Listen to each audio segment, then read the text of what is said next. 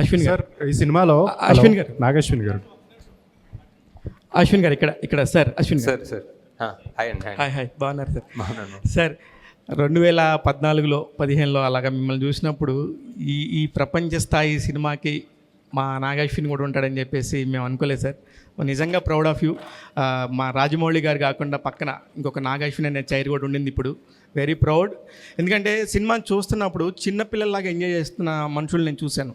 1-2-3 సార్లు చూస్తే కానీ ఆ ఎంజాయ్మెంట్ ఫీలింగ్ని ఓకే అమ్మాయి చూసేసామన్న ఫీల్ రావట్లేదు. ఎనీవే దానికోసం first congratulations. Thank you sir.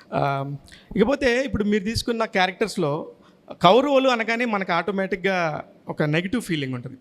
ఇప్పుడు మీరు చూపించిన 2 హీరో క్యారెక్టర్స్ కూడా, ఈవెన్ అమితాబ్ బచ్చన్ గారి క్యారెక్టర్ కానీ లేకపోతే కర్ణుడు క్యారెక్టర్లో ప్రభాస్ గారిని కూడా, ఈ 2 కూడా కౌరవులకు సపోర్ట్ చేసిన క్యారెక్టర్స్. వాళ్ళు యాజ్ ఇట్ ఈస్గా నెగిటివ్ పాయింట్ వైఫ్లో వెళ్తారు. మీరు అసలు అలా ఆలోచించినప్పుడు ఏ పాయింట్ని తీసుకొని వీళ్ళిద్దరిని హీరోలుగా పెట్టి తీద్దామనే ఆలోచన ఎలా వచ్చింది సార్? ఇకపోతే మీరు తీసిన మహానటి కూడా 40 సంవత్సరాల క్రితం చనిపోయిన వ్యక్తి తీసుకొని చేశారు. అదొక అద్భుతంగా అయింది. ఇప్పుడు కూడా మీరు చూస్తే కొన్ని వేల సంవత్సరాల క్రితం వెనకాల జరిగిన ద్వాపరయుగాన్ని మళ్ళీ ఇప్పుడు 800 సంవత్సరాల తర్వాత జరిగిపోయే కలియుగంలో జరగబోయే అంతాన్ని కూడా చూపించబోతున్నారు. ఎక్కడి నుంచి వస్తాయి ఈ థాట్స్?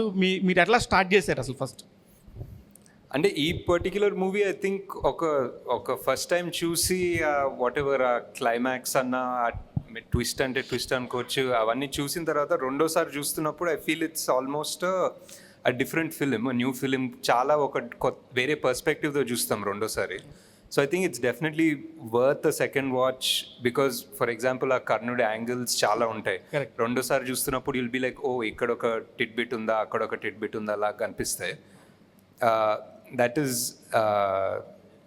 అండ్ ఎక్కడి నుంచి వస్తాయి థాట్స్ అంటే తెలియదు సార్. అంటే మహానటిలో కూడా చూసుకుంటే చాలామంది క్యామియోస్ ఉంటారు. అంటే మీరు ఎప్పుడైనా చిన్నప్పుడు సినిమాలు చూసినప్పుడు అరే ఒక కొత్త స్టార్ని చూసినప్పుడు అరే ఈయన as an audience I maybe it's interest, maybe it's fun, నాకు ఇష్టమేమో సార్. మేబీ సడన్లీ ఒక క్యామియో లాగా ఎవరో తెలిసిన ఆయన వస్తే సినిమాలో ఒక it feels exciting. It's like one little bridge between this world and that world లాగా అనిపిస్తుంది. ఈ సినిమాలో కాన్షియస్లీ అన్ని పెట్టుకోలేదంటే for example like Vijay is a cameo అనుకోవచ్చు, but also you need somebody to play Arjuna. So it's a role. So it is a role. అంటే Vijay I cast as a role properly, not as a guest thing anything. కల్కి యూనివర్స్లో 2nd, 3rd కూడా రాబోతున్నాయి. ఒకటి next వచ్చి question, Pawan Kalyan and Chandrababu Naidu garu అక్కడ government form చేయకపోతే ఆంధ్రప్రదేశ్లో ఇప్పుడు ఈ టికెట్స్ రేట్స్ ఇంత హైక్ ఇచ్చేవాళ్ళు అయి ఉండకపోయిండొచ్చు, లేకపోతే ఇంత నంబర్స్ మీకు వచ్చి ఉండకపోవచ్చు.